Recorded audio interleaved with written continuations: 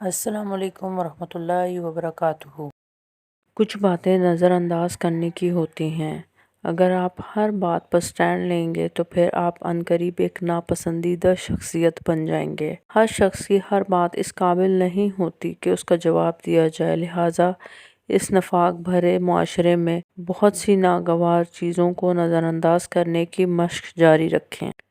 جو شخص کسی دوسرے کی زندگی میں آگ لگاتا ہے وہ اصل میں اپنی قبر کی آگ بھڑکا رہا ہوتا ہے۔ دوسرے کی تو وہ صرف عارضی دنیا برباد کرتا ہے لیکن اپنی دائمی آخرت برباد کر لیتا ہے۔ سازشیں کرنے والے یہ سوچ لیں کہ اللہ کی تدبیر بہت بڑی ہے، جب کاری ضرب اس کی ظرف پڑے گی تو نہ دنیا کے رہیں گے نہ آخرت کے رہیں گے۔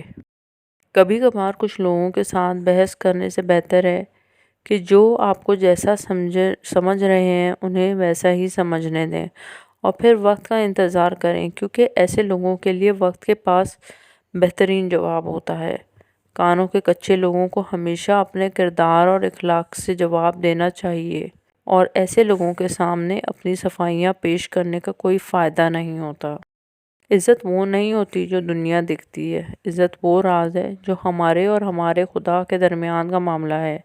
عزت وہ نہیں ہوتی جس کے ذریعے دنیا کی طرف سے آپ کو شاباشی ملتی ہے، عزت وہ ہے جس میں ہمارا قلب مطمئن ہوتا ہے۔ جو لوگ احترام نہیں کرتے، کسی کو عزت نہیں دے سکتے، کسی کا مان نہیں رکھ سکتے، وہ اپنی آوازوں کو بلند کر کے چیخ کر چلا کر اپنی انا کو تسکین پہنچاتے ہیں۔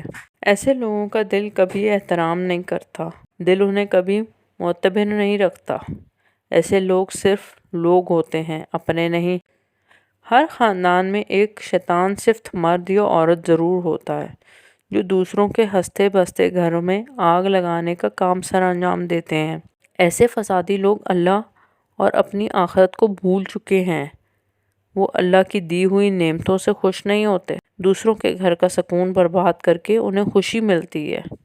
پردہ یہ نہیں ہے کہ بس خود کو چھپائے رکھنا، پردہ یہ ہے کہ غریب کے سامنے دولت کی، بھوکے کے سامنے کھانے کی، مسافر کے سامنے گھر کی اور یتیم کے سامنے والدین کی نمائش نہ کرو۔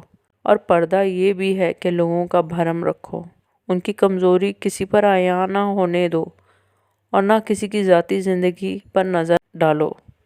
جب کوئی شخص آپ کو ظاہری طور پر مکمل نظر انداز کر رہا ہوتا ہے تو یقین مانیں باطنی طور پہ آپ سب سے زیادہ اسی شخص کی نظر میں ہوتے ہیں، اس کے ذہن میں حاوی اور اعصاب پہ سوار ہوتے ہیں، چاہے مثبت یا منفی کسی بھی جذبے سے ہیں، لیکن وہ سوچ ضرور ہوتا ہے آپ کے بارے میں۔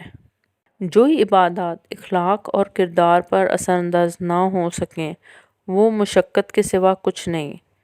ایسی عبادتوں کا کوئی فائدہ نہیں جو ہمارے اخلاق اور معاملات کو نہ سنوار سکے۔ ایسی عبادات بے فائدہ ہیں جو ہمارے دلوں سے کینہ، بغض، حسد اور بدگمانی کو نکال نہ سکیں۔ اپنا جائزہ لیجئے۔ چھوٹی چھوٹی باتیں بڑے بڑے رشتوں میں ایسے بدگمانی کے سوراخ کر دیتی ہیں کہ انسان ساری عمر ان سوراخوں میں وضاحتوں کی اینٹیں لگا کر بھی اپنے خوبصورت رشتوں کو نہیں بچا سکتا۔ وہی انسان مکمل ہے جس کے پاس نصیحت کے لیے الفاظ کے بجائے عمل اور اچھا کردار ہو۔ اچھا سوچو، اچھا بولو، کیونکہ بدگمانی اور بدزبانی دو ایسے عیب ہیں جو انسان کے ہر کمال کو زوال میں بدل دیتے ہیں۔ خوش رہیں، مسکراتے رہیں۔